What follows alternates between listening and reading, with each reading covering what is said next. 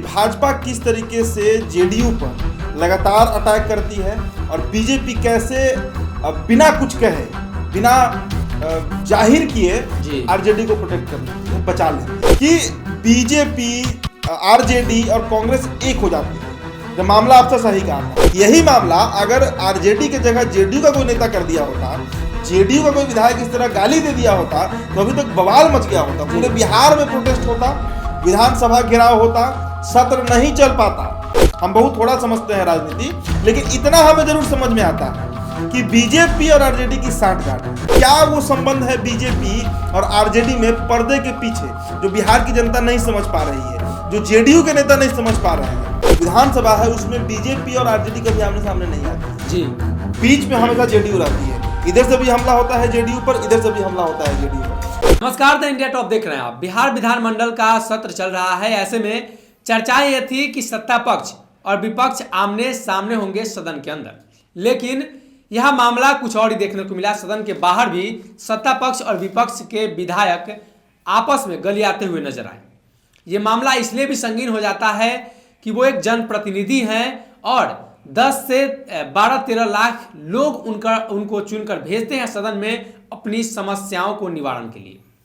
ऐसे में समस्याएं अन्य हैं, समस्याएं कई हैं, लेकिन निवारण कितना हो पाता है ये देखने वाली बात होगी। हालांकि पिछले दिनों राजद के भाई वीरेंद्र और भाजपा के संजय सरावगी के बीच जो बातें हुई वो वीडियो आप सभी ने देखी होंगी और आपको यह अंदाजा भी लग गया होगा कि ये सारी बातें जनप्रतिनिधि के द्वारा और ऑन कैमरा, यानी बहुत सारे मीडिया चैनल्स होते हैं, इस तरह की बयानबाजियां होती हैं तो सवाल उठने तय हैं। इसी बात पर चर्चा होगी। भाजपा के द्वारा काउंटर अटैक नहीं किया गया। भाजपा के द्वारा संजय सरावगी को छोड़कर बाकी कोई नेताओं ने कड़ी आपत्ति नहीं जताई। यानी कड़ी आपत्ति का मतलब इस तरह का जब बयानबाजी होता है उसके बाद काफी आक्रोश में होते हैं उस दल के विधायक, उस दल के नेता जिनके बारे में ऐसा कहा जाता है। लेकिन संजय सरावगी ने अपने लहजे में जो बातें मीडिया से रखी और कहा वो अलग थी, लेकिन भाजपा के शीर्ष नेतृत्व के द्वारा इस पर खासा ध्यान आकृष्ट नहीं किया गया। अंततः यह हुआ कि आज का जो ताज़ा अपडेट आ रहा है उसमें बिहार विधानसभा के अध्यक्ष विजय कुमार सिन्हा ने सभी लोगों का पैचअप करा दिया है। उन लोगों को कहा है कि आप उनके कंधे पे हाथ रखिए, आप उनके कंधे पे हाथ रखिए, लेकिन मन के अंदर का जो मनभेद है, मतभेद को दूर कर दिया गया, मनभेद दूर नहीं हो पाया। इस बात की चर्चा होगी। हमारे सहयोगी उदित तारियन हैं। आप बताइए कि एक जनप्रतिनिधि के द्वारा इस तरह की बयानबाजी होती है और ऑन कैमरा पूरा बिहार उनको सुन रहा है। जब पूरा बिहार टकटकी लगा के देखता है कि सदन में हमारे जन सरोकार से जुड़े हुए कौन से मामले उठेंगे आज, उससे पहले इस तरह का मामला आ जाता है जब वो अपने सरोकार के मामले एक दूसरे में सलटाते हुए नजर आते हैं। परसों का ये घटना है जब भाई वीरेंद्र ने ऑन कैमरा तो नहीं, वो गुस्से में गाली दे रहे थे, वो कैमरा में रिकॉर्ड हो गया जी। आज भी एक प्रकरण हुआ है जिसमें फिर एक बीजेपी के नेता, विधायक, मंत्री जीवेश मिश्रा भड़के हैं जी। दोनों दिन का मैं तुलना कर देता हूं ताकि आपको स्पष्ट हो जाएगा कि भाजपा किस तरीके से जेडीयू पर लगातार अटैक करती है और बीजेपी कैसे बिना कुछ कहे, बिना जाहिर किए आरजेडी को प्रोटेक्ट कर लेती है, बचा लेती है जी। देखिए, आज जीवेश मिश्रा का प्रकरण होता है। अभी से 10 मिनट पहले बयान आया है। किसका बयान आया है? बिहार भाजपा के प्रदेश अध्यक्ष संजय जायसवाल का बयान आया है, जिसमें उन्होंने कहा है कि बिहार के अधिकारी राजतंत्र जैसा बर्ताव कर रहे हैं, कार्रवाई जरूरी है जी। अच्छी बात है, ये मामला उठना भी चाहिए भाई। अफसरशाही का मामला है, लगातार इसके लिए बिहार बदनाम रहता है। संजय जायसवाल ने ये सही मामला उठाया, लेकिन अफसर जो आज प्रकरण हुआ है, जो डीएम-एसपी को लेकर कि मंत्री की गाड़ी को रोक दिया गया, उस गेट से जिस गेट से सीएम आते हैं और उनके रोकने के बाद डीएम और एसपी की गाड़ी को पार कराया गया। इसी बात का गुस्सा है बीजेपी को। यह प्रासंगिक मामला है, ये रेलेवेंट है, इसलिए इस पर प्रतिक्रियाएं आनी चाहिए। लेकिन क्या ये मामला उस मामले से बड़ा है जहां पर सरासरी 2005 से विधायक है? संजय सरावगी को छोटा नेता नहीं है, बहुत बड़ा नेता है बीजेपी का और बहुत पुराने लीडर हैं और जनाधार है उनके विधानसभा में जीत जाते हैं। उनका सीट अगर बीजेपी उनको देती है तो वो एक सीट कंफर्म माना जाता है कि बीजेपी को ये सीट आ रहा है। उस नेता को इस तरीके से गाली दिया जाता है 2-3 विधायक छोड़ दे जो कल प्रोटेस्ट कर रहे थे विधानसभा में, ये मामला उठाया भी गया था बीजेपी के द्वारा, लेकिन उन विधायकों को कोई जानता नहीं है। संजय जायसवाल की चुप्पी, मंगल पांडे की चुप्पी, पथ निर्माण मंत्री नितिन नवीन की चुप्पी, और उसके बाद 2 उप मुख्यमंत्री हैं बिहार में भाई, तारकिशोर प्रसाद हैं, रेणु देवी हैं, ये सभी लोग चुप रहते हैं। इनके चुप रहने का क्या मतलब निकाला जाए?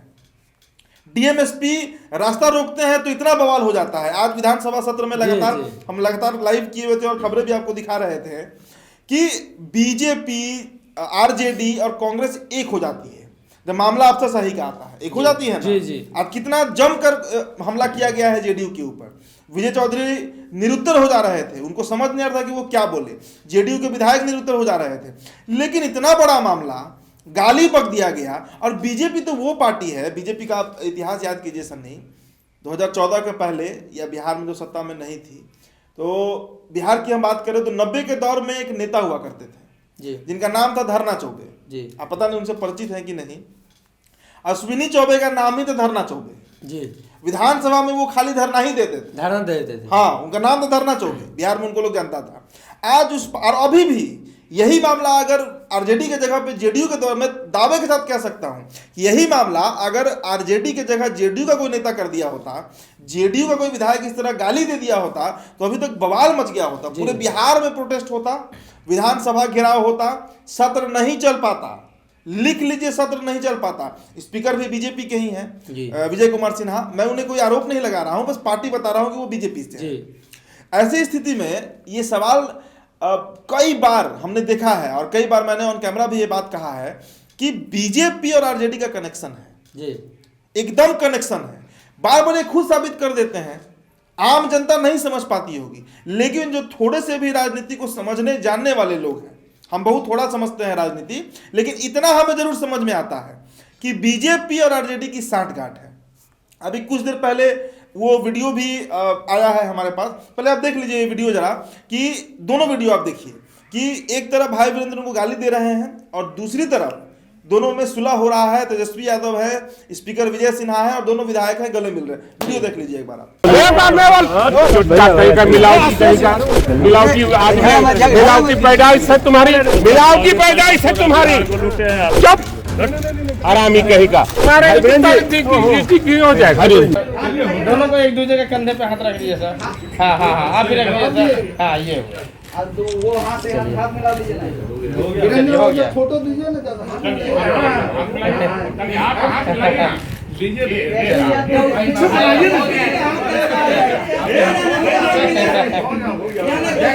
नीचे से हमारा तो काम है कि नेता लोग मिले। तो बताइए, एक तरफ लगातार ये लोग जो है गाली गलौज कर रहे हैं और उसके 2 दिन बाद गले मिल लेते हैं, लेकिन आज जो मामला उठा अफसरशाही का, उस पर क्या कहना है बीजेपी को? आखिरकार भाई 2 उप मुख्यमंत्री हैं, बहुत विधायक भी इनके पास ज्यादा है और अच्छा खासा इनका जनाधार है बिहार में। ये चाहे तो प्रखंड से लेकर जिला स्तर तक में प्रोटेस्ट करवा सकते हैं। हम उतना प्रोटेस्ट का डिमांड नहीं कर रहे हैं, कोई बहुत बड़ा मांग नहीं था, लेकिन भाई वीरेंद्र जो इतने बड़े नेता हैं, वरिष्ठ नेता हैं, लालू जी के करीबी हैं, लालू फैमिली के करीबी हैं, वो गाली दे देते हैं और आज दोनों फिर मिल जाते हैं। 2 सवाल उठता है। पहला कि क्या बीजेपी को अपने विधायक का कद्र नहीं है?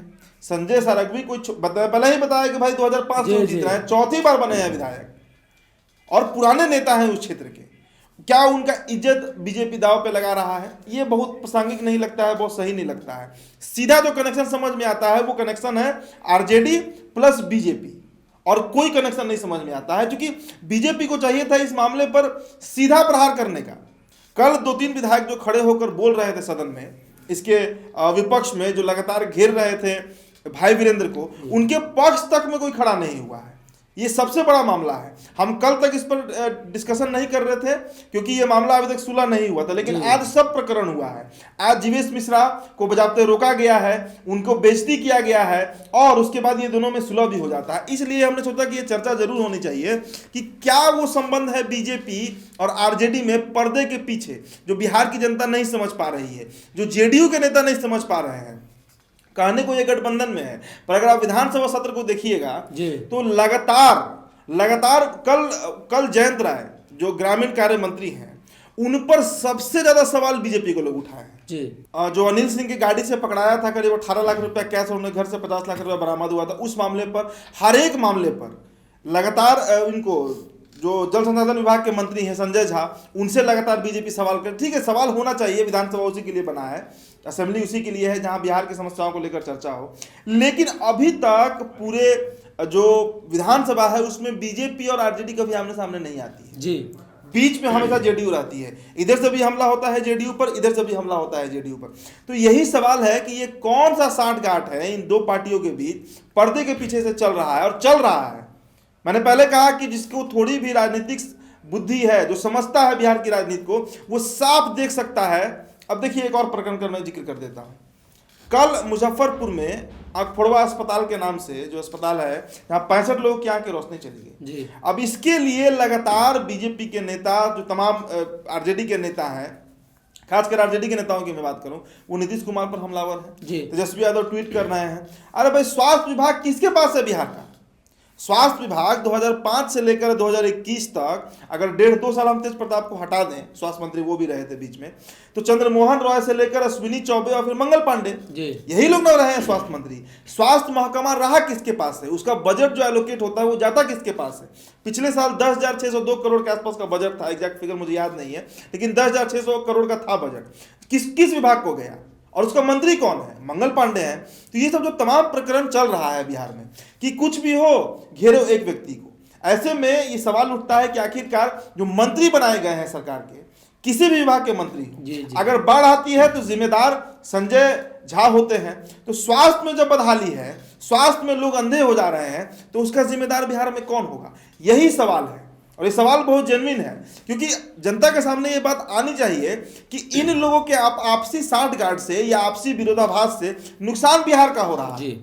नुकसान बिहार का हो रहा है। जब तक मंगल पांडे पर सवाल नहीं उठेगा, जब तक मंगल पांडे इस्तीफा नहीं देंगे, जब तक कोई कैपेबल सक्षम व्यक्ति स्वास्थ्य मंत्रालय नहीं संभालता है, कहाँ है संभलेगा मामला? अब देखिए ना, ओमिक्रॉन जो वायरस आया है, ओमिक्रॉन, ये अगर बिहार पहुंचता है, जो डेट बताया जा रहा है कि मिड जनवरी से या मिड फरवरी से फिर से वेव आ जाएगा, कैसे संभलेगा ये व्यवस्था? अगर यही स्वास्थ्य मंत्री रहे, इनको हमने 2 बार देखा, कैसे संभलेगा ये व्यवस्था? ये सबसे बड़ा सवाल है और इस पर कोई सवाल नहीं कर रहा है बिहार में, इस पर कोई सवाल नहीं कर रहा है। मुझे याद है लॉकडाउन में #रिजाइन मंगल पांडे का ट्रेंड चला था ट्विटर पर, क्या हुआ? बिहार के युवाओं ने जब फ्रस्ट्रेशन में इस ट्रेंड को किया, उसके बाद हुआ क्या? उसका फल क्या निकला? क्या मंगल पांडे रिजाइन कर दिए? क्या मंगल पांडे का कोई असर पड़ा? और इससे भी बड़ा सवाल कि नीतीश कुमार सवाल क्यों नहीं करते हैं? नीतीश कुमार के मंत्री हैं, वो बीजेपी से पहले वो बिहार सरकार के एक विभाग के मंत्री हैं और मुखिया नीतीश कुमार हैं, वो इन पर एक्शन क्यों नहीं लेते हैं? जेडीयू उस पर चुप क्यों बैठी हुई है? ये भी एक सवाल है जो बेहद अहम सवाल है। जी, तो एक तरह से देखें तो अगर बिहार में विपक्ष के रूप में मुख्यमंत्री नीतीश कुमार यानी जदयू के विपक्ष के रूप में भाजपा और राजद दोनों हैं, अगर दूसरी तरफ देखें तो सबसे बड़ा सवाल यही उठता है कि तेजस्वी यादव यानी नेता प्रतिपक्ष हर बार लगातार मुख्यमंत्री को कोट करते हैं और भाजपा के द्वारा राजद पर हमला नहीं किया जाना किसी भी मुद्दे को लेकर, और राजद का भाजपा पर हमला नहीं किए जाना, यह मामला आज भी उठा। जीवेश मिश्रा का मामला था, गाड़ी रोका गया, इस मामले को लेकर गुस्सा हो गए। तो अब गुस्सा क्यों हो रहे हैं? किसके खिलाफ गुस्सा हो रहे हैं? सरकार तो आपकी है जी, आप भी सरकार में शामिल हैं, तो आप मंत्री भी हैं, आप एक मामूली विधायक होता है उसकी बात अलग, आप मंत्री हैं, तो मंत्री होने के बावजूद आप किस पर गुस्सा हो रहे हैं? आप कार्रवाई कीजिए, आपका भी हक है, आप भी पावर में आप कार्रवाई कर सकते हैं, तो मांग किस लिए कर रहे हैं?